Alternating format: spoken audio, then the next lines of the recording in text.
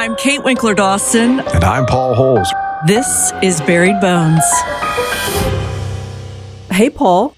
Hey, Kate. How are you? I'm doing well. I have these beautiful little baby birds. And I think did I tell you about them? These little birds that I have a gardening hat on my porch, and a house wren decided to go ahead and make a little home there for her 4 little babies. I have never been that close because they're on the other side of the glass from us so the kids can see it and everything. It's super cute. And my mom is really into birding. She's not the birder like she goes on and she'll go out on a trek and note things and stuff. But my old house has a beautiful backyard and they love sitting back there. And my folks like to watch the birds and everything. So what that made me think was there anything that you picked up from either of your parents just as like not a hobby maybe, but I don't know, just something that just carries over into your adulthood and maybe you've kind of passed on to your kids? I would say that the one thing that comes to mind is when I was really young, like my dad was stationed at Hill Air Force Base and he had an old rusty weight set that was at this like duplex house that was on base. And I remember him working out there and then moving that set to the basement when we were in Clinton, Maryland. And my dad was stationed downtown DC.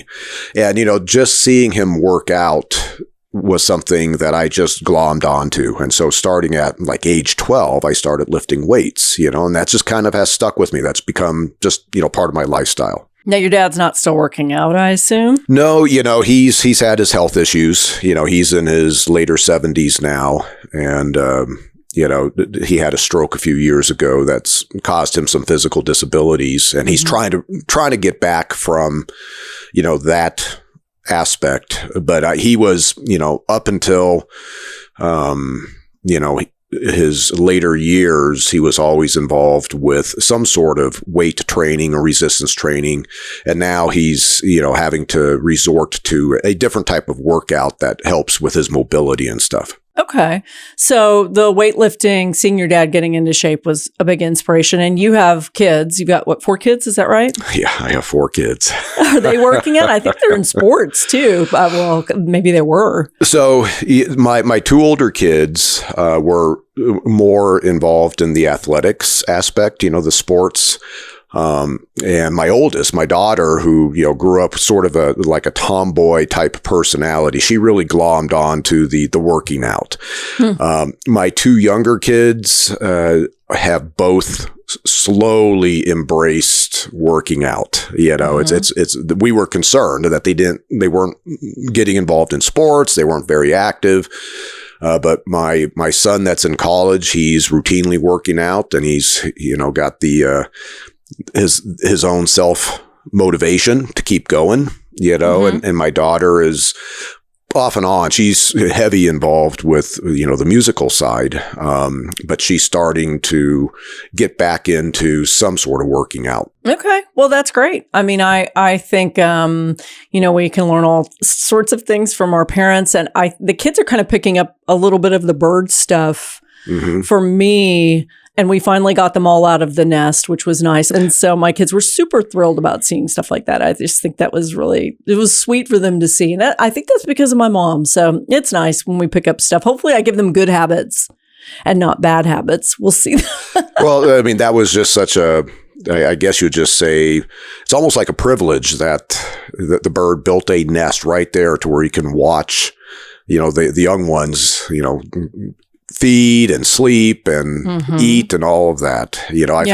I've had nests over time that I'd be able to peek in on the hatchlings and stuff, but I haven't had one built on the other side of a window. Well, I cleaned it out after I was assured they all left because I couldn't see all of them. And I just thought, oh my gosh, what if I look at this? I'm sure they're gone. And what if I look at this nest and somebody didn't make it? But it was clean as a whistle. And, I had read that there are not very many species of birds, or there are not many birds who return to a nest. And so I cleaned it out, I hosed out the hat. I've now lost the hat. It's never gonna, I've abandoned this hat, and any bird that wants to continue to nest there will do it. So, so this hat is just a permanent fixture out there in your garden area. It is. It's right by the window, and the dogs ignore them. So we'll see. We'll see how it goes. But speaking of my childhood, we're going to the 70s for this case. Okay. Well, so you were alive in the 70s? Watch it, buddy. I was alive. I was born in 74, and this is in 1978. So I was a young 4-year-old when this case happens. Well, how old were you? You were at 78. I would have been 10. You would okay, yep. Yeah. You seem so much more mature than me. I think sometimes is why I'm. I don't know if that's the case, but I have more wrinkles than you do, so I'm not going to say you look at all older than me because you really don't. No, come on. But we're going to go to the 70s, and we're going to Arizona in Scottsdale, and this is a very big case, so it's a two-parter for us. And with two-parters, some people don't like them because they want to hear everything all at once and don't want to wait a week. But some of these cases, I mean, we would go on for 4 hours for one episode, I feel like, if we didn't do them as two-parters. So that's why we've got this epic two-parter in a really interesting case. And I think this is right up your alley, so you're going to like it. All right. Well, I'm looking forward to it. Okay. Well, let's set the scene. Okay. 1970s, we have a lot of photos. You notice when I emailed you, there's actually 2 documents worth of photos. I thought you'd be happy about that. I've got scene photos, and then I've got some autopsy photos. And when we get to those, we'll talk about that. I have seen them floating all over the internet, some of these different photos. And I am just very aware of putting photos that I think are way too graphic on our posts. So I'll be a little bit more conservative. But for people who are going to be interested in this case, you can certainly hop online and Google and see these. Okay. This is about, well, actually, I'm not even going to tell you. I want to see if you'll know as I give you details. Okay. But it's a well-known case. Okay. Late June 1978 in Scottsdale, Arizona. Love Scottsdale. One of my good friends is from there. And I used to go over there for Passover to be with her. And it's so beautiful. I've never been into deserts. I always like the ocean. I don't know, the vastness of a desert might scare me, even though there's a vastness of the ocean. You like deserts, or I know you're a mountain guy, but do you enjoy deserts? No, I'm not into the desert. If I don't find it very visually appealing, and the heat, kills me. Yeah. Now, yeah. I've been to Scottsdale. I've been to several conferences early on in my career where we stayed at, I don't remember the names of the resorts, but, they were resort hotels. And it was very nice, and the scenery with, I think it's called the Camel Mountain or Camelback, something that's somewhat humped, this small little hill relative to what I have here in Colorado. But, it was somewhat neat to be there, but there's just no way I could deal with the heat. Oh, yeah. It would be. And I'm talking about Texas. I'm from Texas here. The heat in Arizona was rough. Okay. Well, so in 78, as I think it is now, Scottsdale is a wealthy suburb of Phoenix. And, it's like the sort of oasis of luxury in the Sonoran Desert, lots of tourists, lots of snowbirds. It's also very hot. And we'll see if that comes into play with this case. So on June 29th, the temperatures have climbed all the way up to 100 degrees by noon, which that happens here. And I know people say it's a dry heat, but it's hot, hot, hot. Entertainment Weekly said well-heeled residents took refuge in their heavily air-conditioned villas. It must be nice to have a villa, leaving the wide streets as empty as any Southwest ghost town. There you go. That's a description. So it's hot. Everybody's inside. Okay, so I'm going to introduce our first person here. Her name is Victoria Berry. She's 28 and she is an actress. She's got a couple of, credits under her belt. She was a go-go dancer in Starsky and Hutch. Never saw that show. Did you ever see it? Yeah. It's a cop show. It's a cop show, right? I remember watching Starsky and I think you're right. I think they were cops. The the actors stand out in my head, but I don't remember much about that show. I think, what was the other one? Oh, the Dukes of Hazzard is the one that comes to mind. Okay. Yeah. Mm-hmm. Yeah, which doesn't age well, the Dukes of Hazzard. But when I was a kid, we played in my neighborhood. I played Luke Duke. I did not want to play Daisy Duke. I played Luke Duke. And I love that. But the only thing you need to know is that Victoria had kind of a bit role. Okay. So she was a go-go dancer. Okay. So she's a small-time actress. While she's waiting for her big break, she is making a living by acting on the dinner theater circuit to pay the bills. I've never been to a dinner theater, I don't think, before. But there's a show running called Beginner's Luck in Scottsdale, and it's a part of a bigger tour. So she's there, and the theater company has put, everybody up in different places. And mostly it's sort of these short-term apartments because they're going to be there obviously quite a while. She's supposed to spend time with a co-actor of hers who's much more famous. So she gets to the Winfield Apartments in Scottsdale on this day, June 29th. And they're supposed to do a voiceover recording track. Okay. That is going to be used in the show. So, we've got an actor, and I will just be straightforward. It is not Victoria who is the victim here. It is the actor. So now think 1970s, actor ends up dead. Notorious. I know which case this is. Oh, well, let's see, Smarty. Don't solve it. You want me to say who the actor is? I do, because I'm getting ready to say it if you don't. Oh, this is Bob Crane. You got it. Did you read much about this case? I know of the case, general circumstances. Good. I remember, another show that probably hasn't aged very well, Hogan's Heroes. And he was, kind of the lead actor in that. And so that's how I knew of him. Mm-hmm. And then I just remember, when I got into my career, at one point, I found out that he had been a victim. And it was like, oh, what happened? And I've actually talked to some production companies and said, I'd love to dig into some of these higher profile cases, cold cases, such as Marilyn Monroe, Natalie Wood, Bob Crane, that's because I want to see the official information that law enforcement has and see if I agree with their conclusions or if there's something more that can be done in each of these cases. And so far, nothing has bit. But Bob Crane is one of those cases that, I'd love to know more about it. Got it. You're about to learn a lot more about it in two different parts. That's why when I saw my prep document from Marin, I said, oh, yeah, this is going to be two parts. This is a big deal. And not because he was a star. So Victoria and Bob are co-stars. He's, of course, much bigger than she is.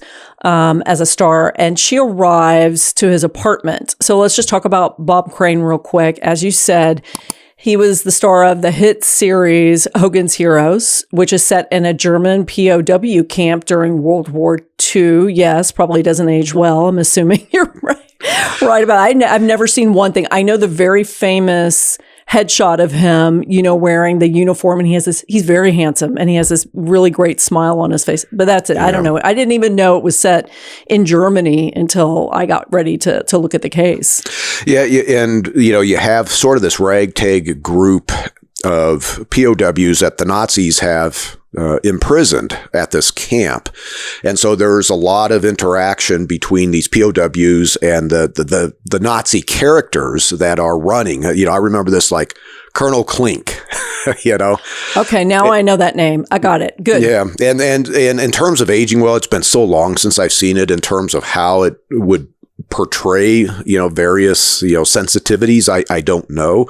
I do remember as a kid, I enjoyed the show. And of course, Bob Crane, his character was always sort of like one step ahead of the Germans that were, in essence, trying to keep him down. Yes. And I assume that any comedy set in a Nazi camp is probably going to age poorly. But, listeners might prove me wrong. I don't know. But this was a huge show. And this was really his main thing. That's what he was known for.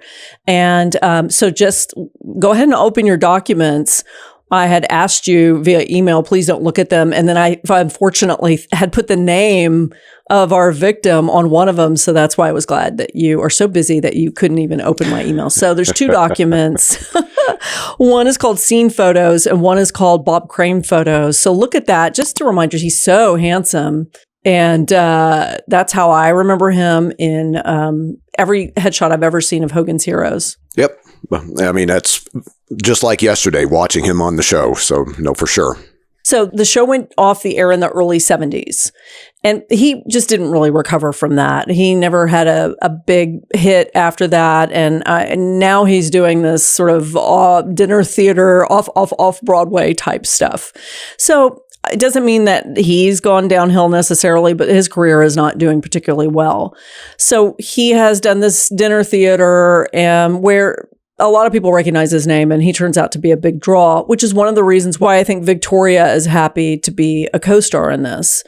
So the relationship, just to get it out of the way, between Victoria and Bob is interesting and odd. So she, at one point, described it as sort of a brother-sister relationship, maybe mentor-mentee, but she also slept with him a couple times. Okay. And he's married. Unhappily, it sounds like, but for reasons you will hear about in a little bit. But he's married. And so she's the one that shows up at his door. And I know that you can guess on the other side of this door is some really bad things that happened to Bob Crane. Sure. Now, is Bob Crane living in Scottsdale and his wife is also in town? No, he's from LA. Okay. She is in LA. He's in this sort of rundown apartment in Scottsdale just doing this dinner theater. I'm not sure how long the run is, but long enough for them to put him in an apartment. Okay. So I don't think the wife is around necessarily. But, their marriage is not a great marriage. And like I said, we'll talk about that in a little bit. Sure. So Victoria knocks on his door on June 29th. He doesn't answer. She says the door is unlocked. So this is part of the victimology stuff. Everybody said he was very security conscious and that this would not have been right. So she also notices that nobody's broken the lock, but the door is open. Now, is this a good time for you to look at the exterior? I have a photo on that next page, page 2 of the Bob Crane photos after his photo. It shows you the apartment. I don't know how helpful it is, but there's a security door on the front of the apartment door, it looks like. Maybe not. I don't know. Yeah, this apartment, I mean, this is just like some little flat-roofed, single-story, looks very tiny type of apartment. There are windows on either side that appear closed, and then the front door to this apartment, it's got that security screen on it.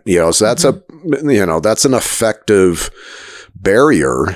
Nobody's going to be kicking in that security screen, assuming that Crane is dead inside and the front door is unlocked. It seems like it's possible that, and with Crane's victimology of being security conscious, would he be inside and leave that front door unlocked? Was he expecting somebody? Somebody was able to walk right in, or did he let somebody in? And, after the crime, then that person probably leaves through this front door and doesn't have a key to lock things up. Yeah. With Victoria, she's seeing anything that's, from outside that is suggesting that there's something bad inside, or it's just like, Bob just forgot to lock the door this time. Well, she's nervous. And so she lets herself in.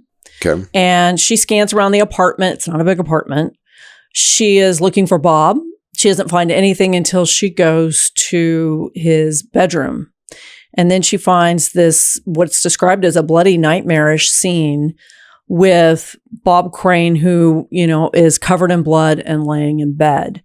Let me describe what she says. And then you need to look at the separate document, which is called Scene Photos. She says, at first I thought it was a girl with long dark hair because all the blood had turned real dark.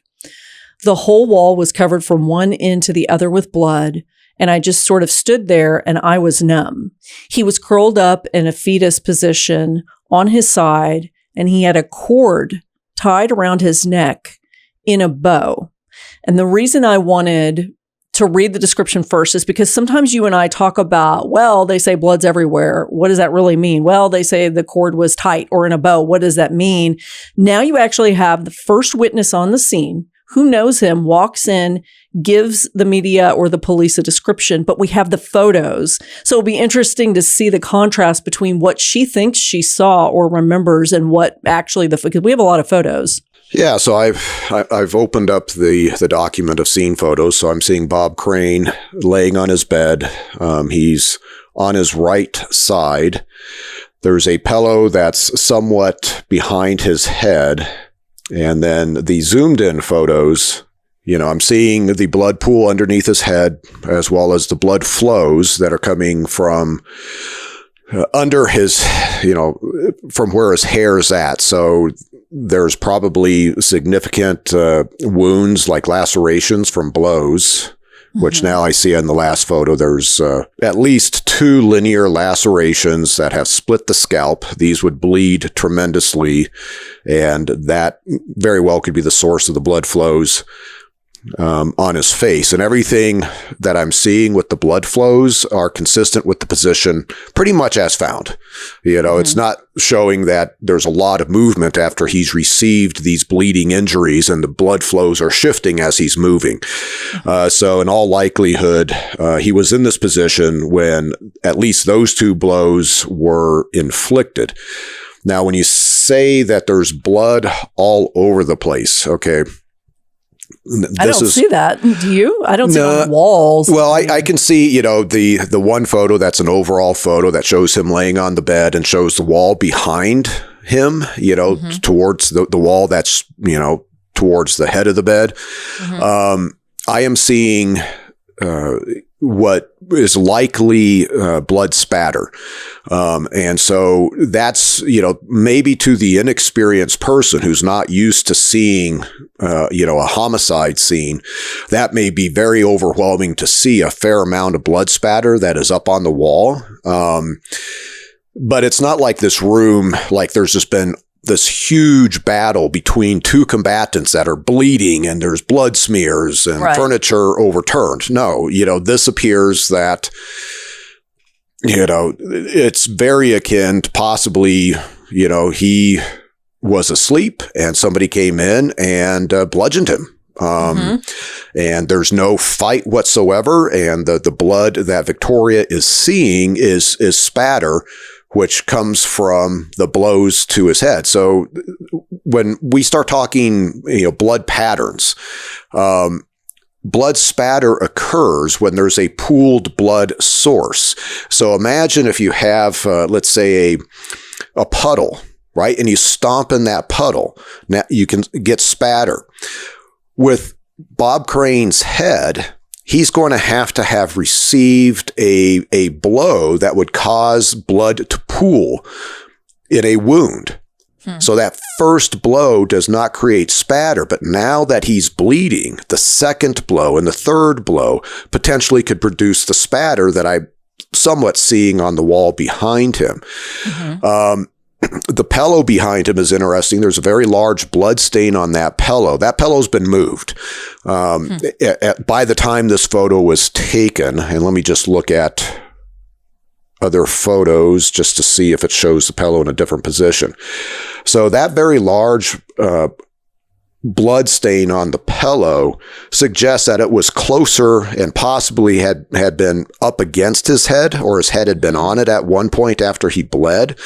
I would need to see more in terms of his injuries and the blood patterns to determine what the final resting position of that pillow was when the offender left the crime scene. But in essence, he's received at least, several blows. I'm seeing, hemorrhaging to his left eye that suggests that, he's got skull fracture. He's got, cerebral hemorrhaging occurring, it's possible orbital fractures. And so now you see the extent. Obviously, this is a fatal bludgeoning. I don't know how many blows at this point or what the weapon is.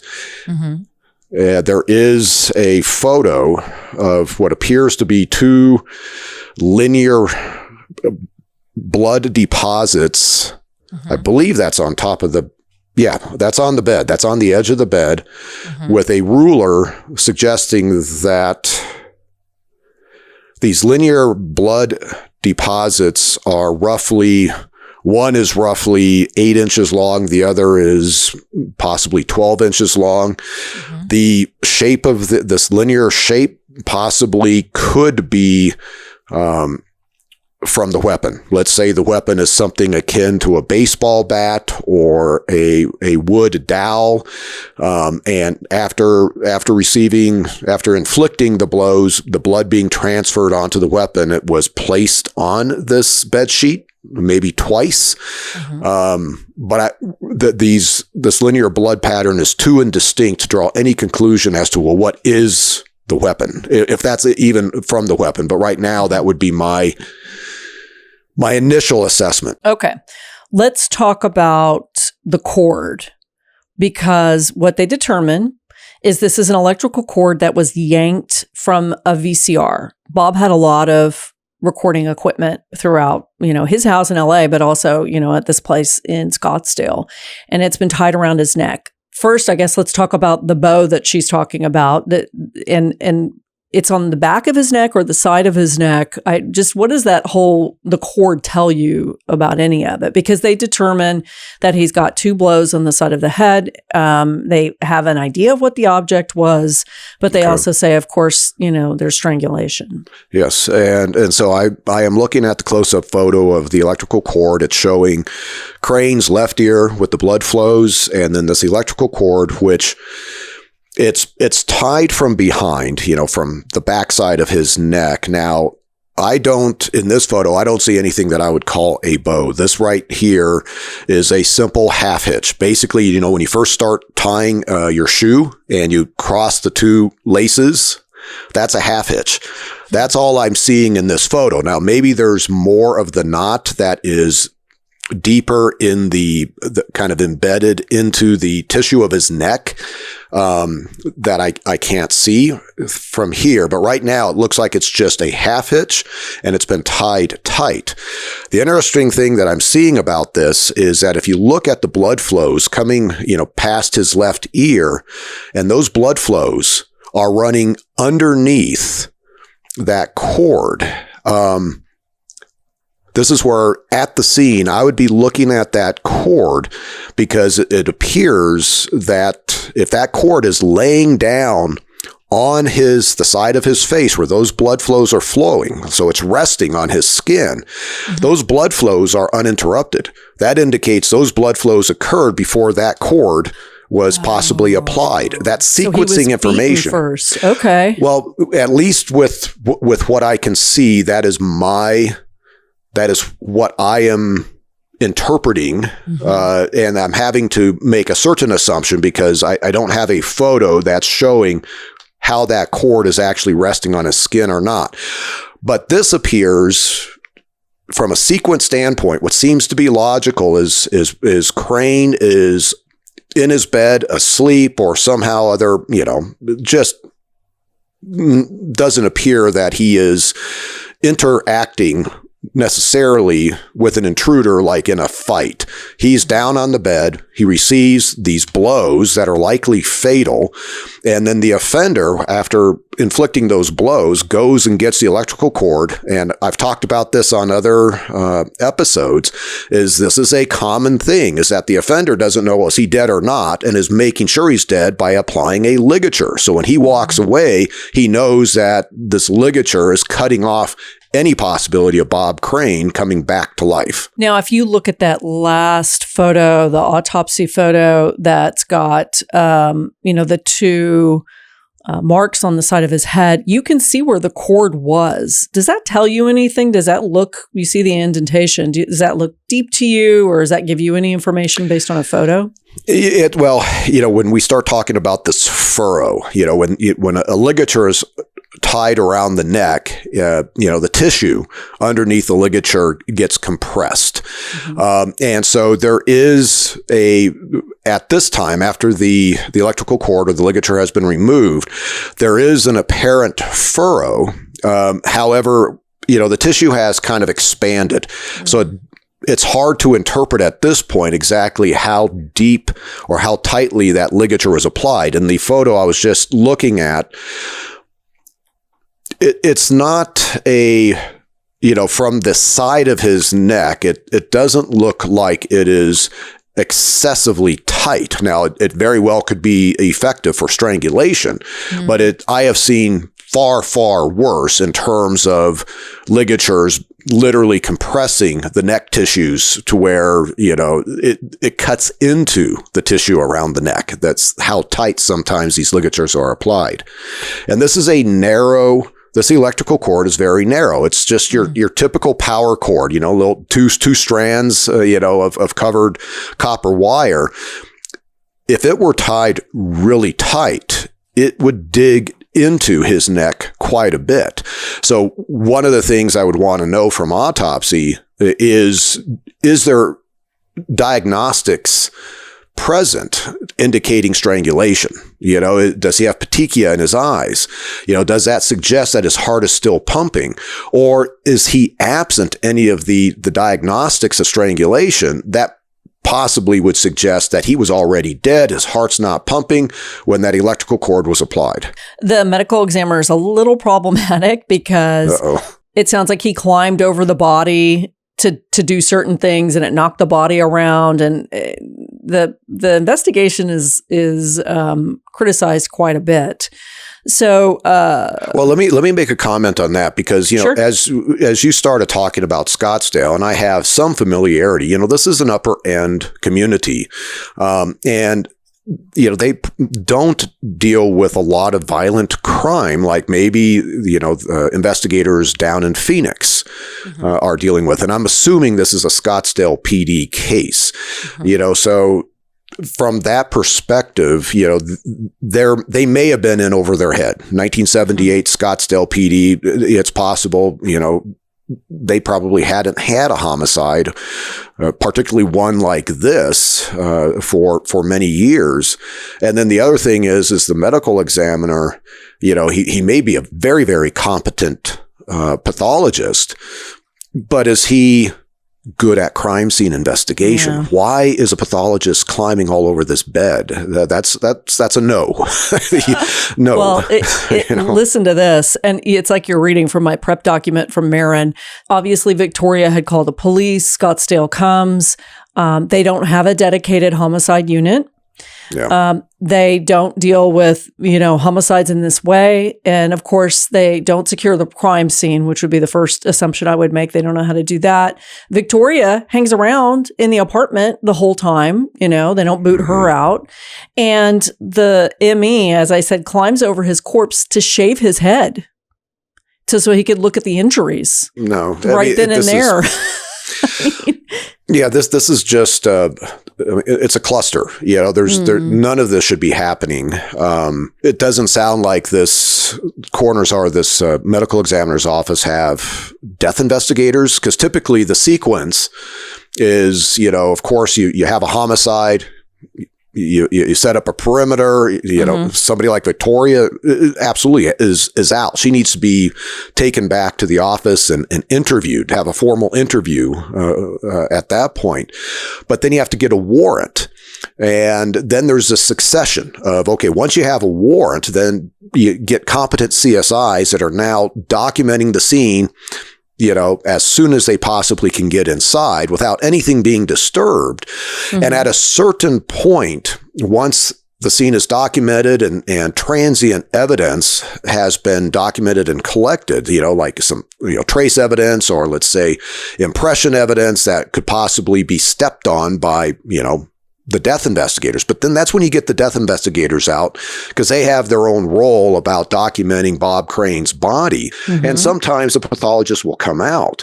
But then this is where there is a coordination between the CSIs, homicide investigators, and the medical examiners personnel on how to go about to properly do their job without disturbing the crime scene and the evidence. And in no way, shape, or form should a pathologist be climbing on top of this bed and shaving his hair at this point. That his wounds need to be, exposed, if you will, at the right step during autopsy, not at the crime scene. Yeah, big mistakes, but I think they're doing best they can right now. Okay, before we close out the document that I said are scene photos, look one more time for me at those 2 streaks. Because one of the things that they'd say is there doesn't seem to be anything missing except a tripod. And that's what they begin to suspect was probably the murder weapon. So would that fit at all with these streaks, a tripod? Well, potentially, for sure.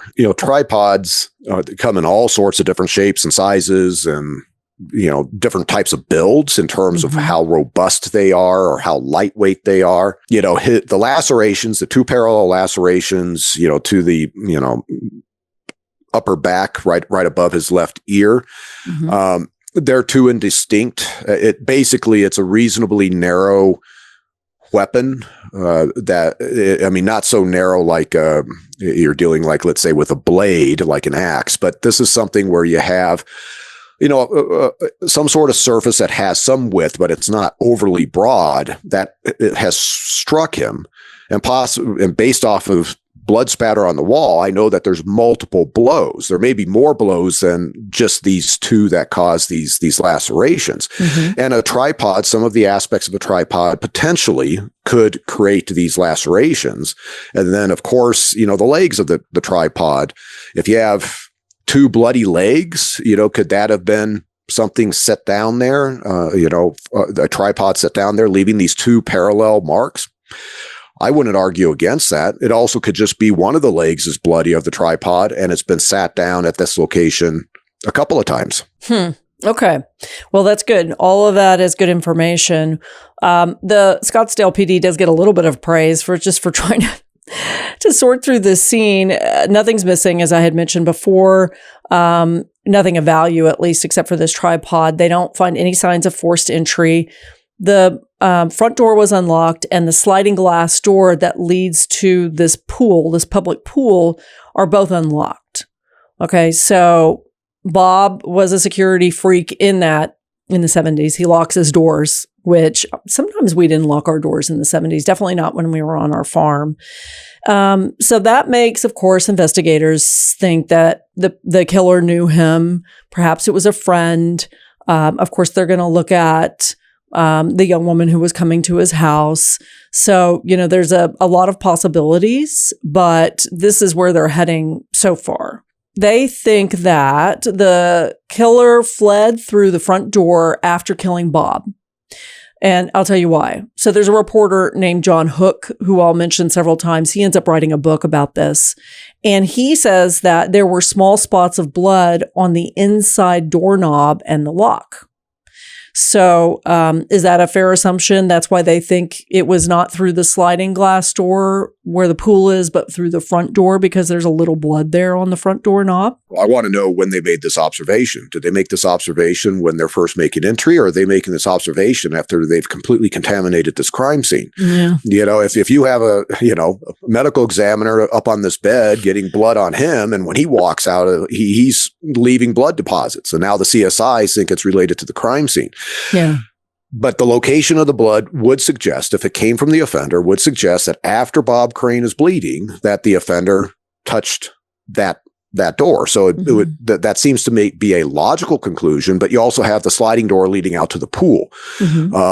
So is it possible that the offender came in and after killing Bob went to the front door, closed it, something, and then decided to limit witnesses, went out through the pool area? Yeah, that I would say is also a reasonable assertion, and it just depends on what the evidence and what says and what witnesses are able to say they saw or heard around the time of the homicide. Okay, well, hopefully we'll be able to get to that. There's a coroner's report that suggests that he died between 3 a.m. and 8 a.m., but likely closer to 3 a.m. In 1978, because that's way too modern for me, I don't know how they would have determined that. Is that liver temperature or, digestible food, or is it just rigor at that point, you think? Yeah, it's going to, in all likelihood, especially on such a hot climate, even in the middle of the night, I'm sure it's pretty warm. And there's no information as to whether like air conditioning had been pumped up, like he's in a cool environment, or it's warm inside here. And that would indicate to pathologists, how quickly rigor would possibly set in. But by the 70s, I can't think of a case that I've worked in which a liver temperature was being used by that point, because it had been so discredited as being meaningful in terms of time of death. So I would assume that the pathologist is testing for rigor. Is it the small muscles or some of the larger muscles in the forearms and the arms or the legs starting to rigor up? And that would give him, that window, that 3 to 8 a.m. window. And if he's saying it's closer to 3 a.m., he's probably starting to see rigor in some of the larger muscles in Crane's body. Well, let's get to our first suspect, and it is not Victoria. Victoria is never considered a suspect at all. So around 3:15, so she finds him around 2. She calls the police around 3:15. Victoria is giving the police her statement in the kitchen. She hung out for quite a long time there. I mean, okay, sorry. I'm sure they learned a lesson with that. Although I don't know if she disturbed anything, but still, you're right. All of the blood deposits and everything. She's in the kitchen and the phone rings, his home phone. On a hunch that Bob's killer could be calling to figure out what's going on. There was a police lieutenant who says, go ahead and answer the phone, but don't say anything about Bob's death. Is that really something that a police lieutenant would have thought of immediately? Is that a thing where people call and check in and see what's going on? Well,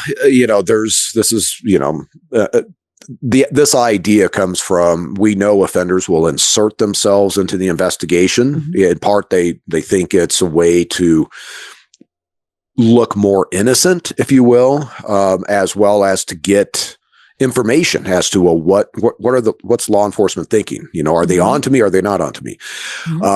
Immediately, obviously, I've addressed Victoria being interviewed inside this apartment is wrong.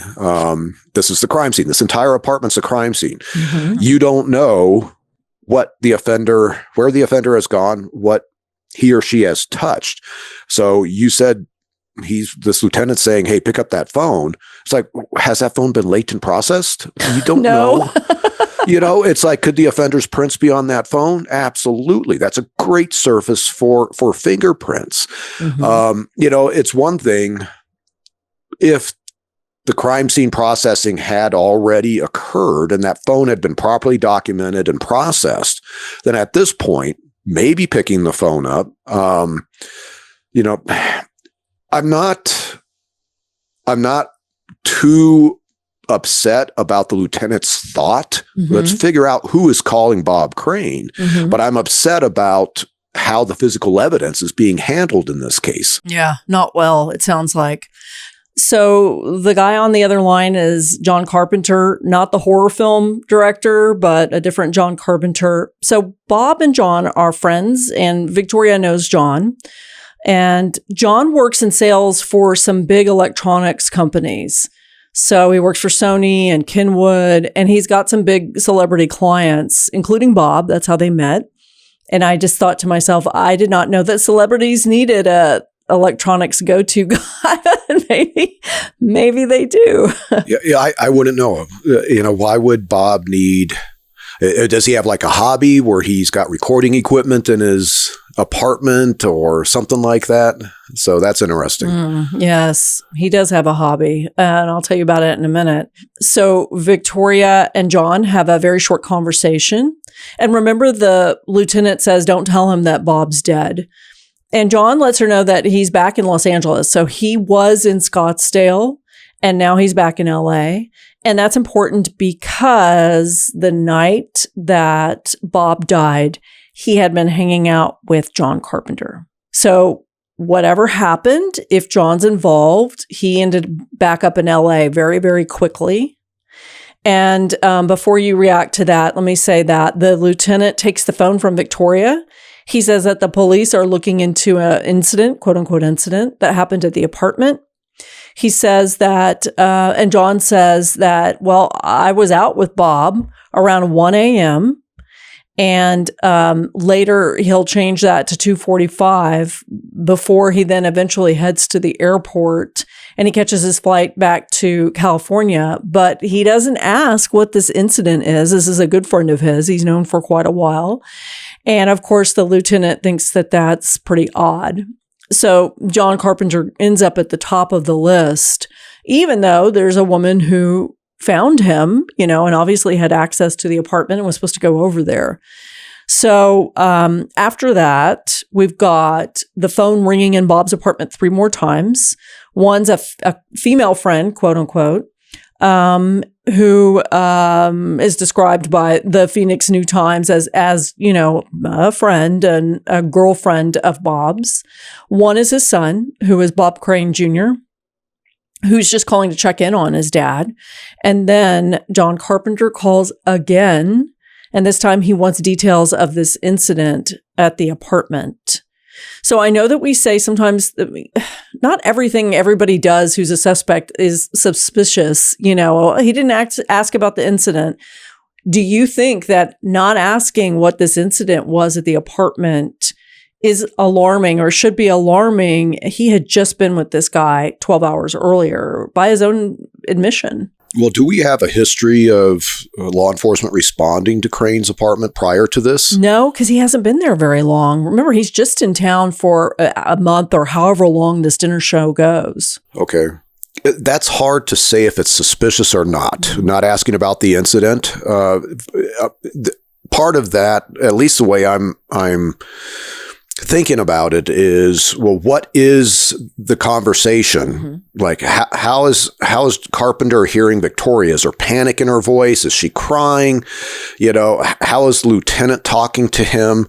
Is he assuming maybe it's just a minor thing? Maybe somebody threw a brick through the window, or, is there anything with over the phone that you would expect Carpenter to go, oh, something really bad happened, so it's all kind of that interchange is what I'd kind of want to know more about in order to say, oh yeah, he probably should have been, Victoria's crying, why isn't he asking about the incident? Why isn't he asking her what's wrong? Yeah. So that would make it suspicious if there was some sort of messaging from Victoria or the lieutenant that Carpenter should have picked up on, that something really bad happened to Bob Crane, his good friend. Lieutenant Dean asked Victoria to pretend like everything is okay. So I'm assuming there was no crying or anything. And I don't know what the tone was. But, I was thinking when I was reading that he was probably sort of mysterious on the phone to see how much is John Carpenter going to pursue this? How curious is this guy? Well, and so I think that, Victoria's interaction with Carpenter over the phone kind of lessens why he should think something bad has happened, because she's abiding by the orders of the lieutenant. Yeah. And then it sounds like the lieutenant is not trying to convey the seriousness of the crime to Carpenter. So there's also a level of intimidation, right? This is something where, like, if you interact with an officer that's in uniform, that uniform has a certain intimidating effect on people. So maybe that you're talking to an officer and the officer says, well, we're investigating an incident, and you may not feel that you can ask about the incident just because of this person is not divulging it. So therefore he probably doesn't want me to know. And he's got a uniform on. Mm-hmm. Here, Carpenter is talking to a lieutenant, from law enforcement who's not divulging the details. And so he possibly goes, I can't ask this authority figure more information due to that sort of that intimidation aspect that I'm referring to. But I think, I want to know so much more about Carpenter. What did he say him and Bob did, for the time that they hung out? Was his flight already prearranged, or was this a last minute thing? Like he's trying to get out of town. So, there's a lot more information that I need before I start getting suspicious about Carpenter. Right now, I think the biggest suspicion I have is the timing. He's with Bob Crane till 1 a.m., changes that to 2:45 a.m. So he's now right within that window, potentially, of when Crane was killed. And I wonder why he changed that. I mean, if he's involved and it really is happening based on the rigor when he thinks it's happening, why make it so that you're closer there, I think either time is within the window. Any time of death estimate from, let's say, rigor mortis or whatever the pathologist is using, mm-hmm. that's a rough estimate. So it's possible Bob Crane could have been killed at 1 a.m. With Carpenter's initial statement. I also think, let's say Carpenter is responsible and he's changing the time as he's sitting and thinking, he's going to go, oh, I was seen, at the apartment at this time, and they're going to find that witness. So I better make sure I offer up, this new time to account for being seen by this witness to make it look like I'm not trying to lie and distance myself from the crime scene. Well, let me tell you about his personal life, but what leads them to really ask a lot of questions about Bob's personal life, which is very important and intertwined with John Carpenter. This is when things get real wonky with this case. So they look around, they're trying to find clues, nothing's missing, bloody scene. Then they start digging through some of Bob's files. They find hundreds of nude photos of different women, which were taken with his Polaroid. They also find countless home videos of Bob having sex with women, which were presumably filmed on cameras that John Carpenter sold him. And we eventually find that out, that John was pretty involved with this world.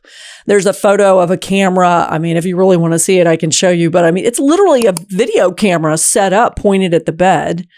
There are many women who consented to being filmed. They went through and tried to find all of these women. And there were others who had no clue that they were being recorded. And of course, they want to know, does this have to do with his murder? And number one, so let me, well, okay. Do you want to comment on this, or do you want me to talk about sort of the possibilities of people who could be pissed off at him for various reasons? Well, just, my initial thought is are they producing porn? Mm-hmm. Is this a business venture? Part of what it's like, okay, is there anything unusual in terms of the photography?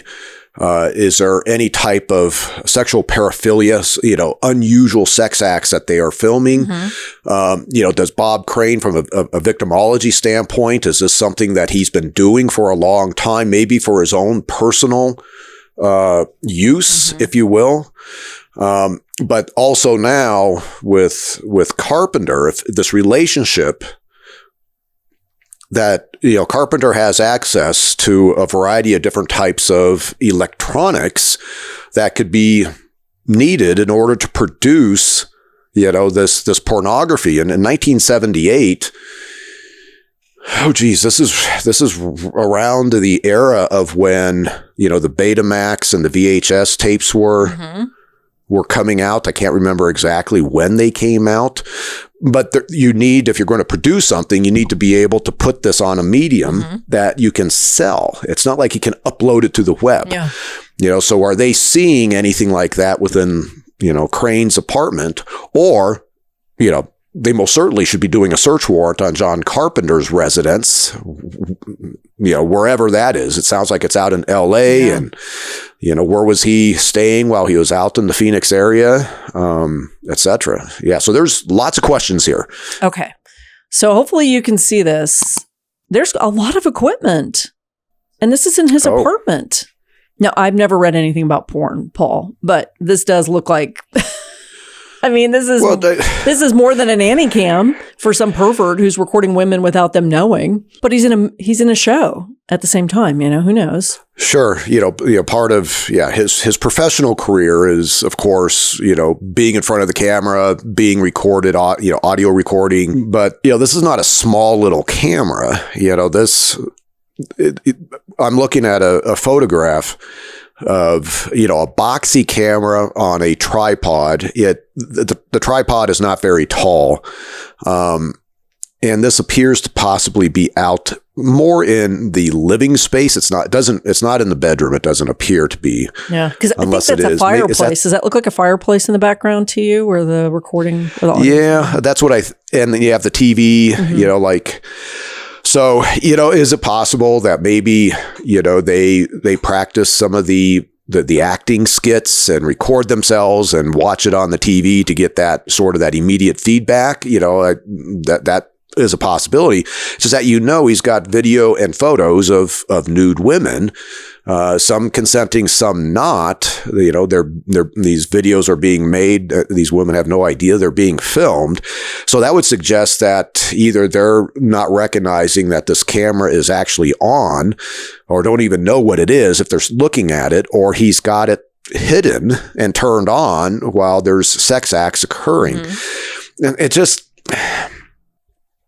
it does make me suspicious about the possibility that they're recording these women for commercial purposes. I was trying to figure out if we knew how long he had been in Scottsdale, because 500 videos and photos. Did he drag those all from LA?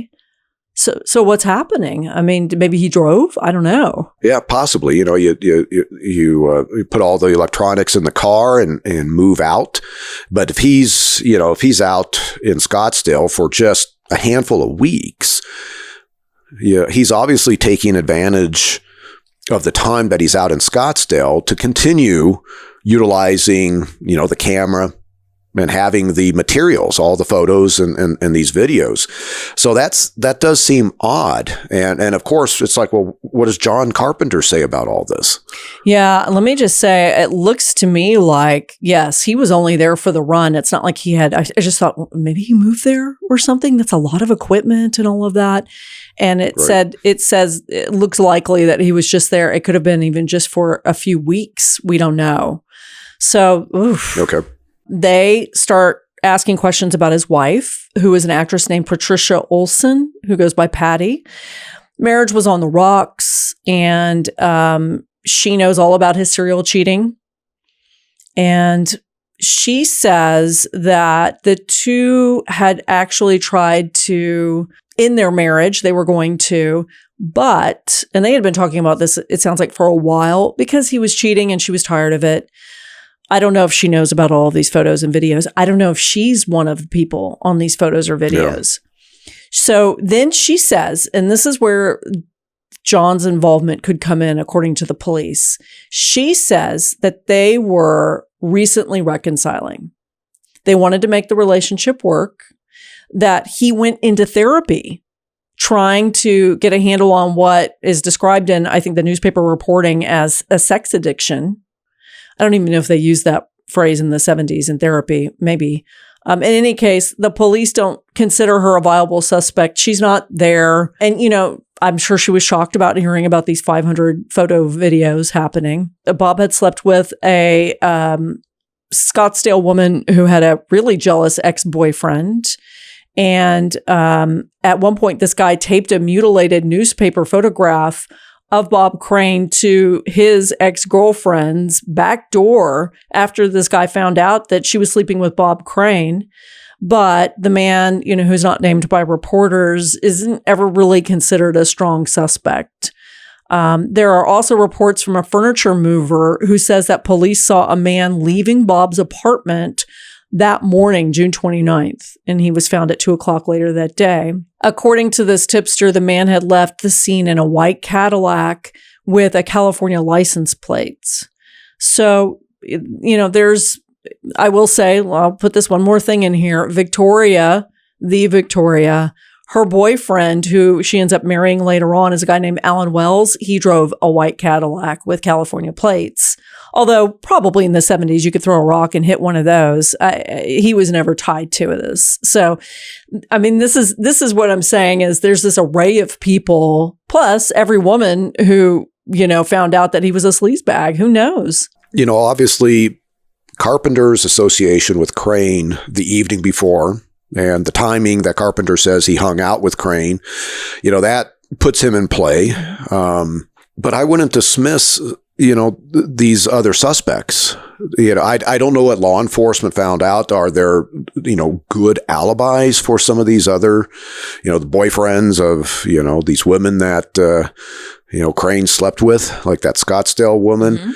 Mm-hmm. Because this, part of assessing this crime, and early on, you informed me there was nothing taken except maybe a tripod, right? So this was a targeted attack. The offender's not going into this apartment and tossing things around, looking for valuables. There isn't a lot of valuable stuff that has been taken. Think about the expense of some of that electronic equipment. Some of it is portable enough that if somebody wanted to take it, they could, but they don't. They literally go into this apartment and, it just does not look like there's like a fight between Crane and the offender in this case. This is either Crane is asleep, how much interaction Crane had with the offender ahead of time. Are they in bed together? Right. And then, Crane falls asleep and the offender kills him. There's always, scenarios, but this appears to be the offender went into that apartment and at some point decided to kill Crane and left the apartment, and there's no other type of motive outside of the homicide. Right. Well, the police, to wrap up part one here, are very focused on John Carpenter. Part of it is, the doors that were unlocked, no forced entry. As you had said, this sounds, I don't know about personal, but it's not robbery. It's not punk kids most likely breaking in here, but somebody that he likely let in. They are focused on this guy, and John Carpenter, I'm sure, is getting very nervous in this situation. Sure. But there are some reasons why, and I can tell you in the next part. No, and just, I just want to underscore what no signs of forced entry means.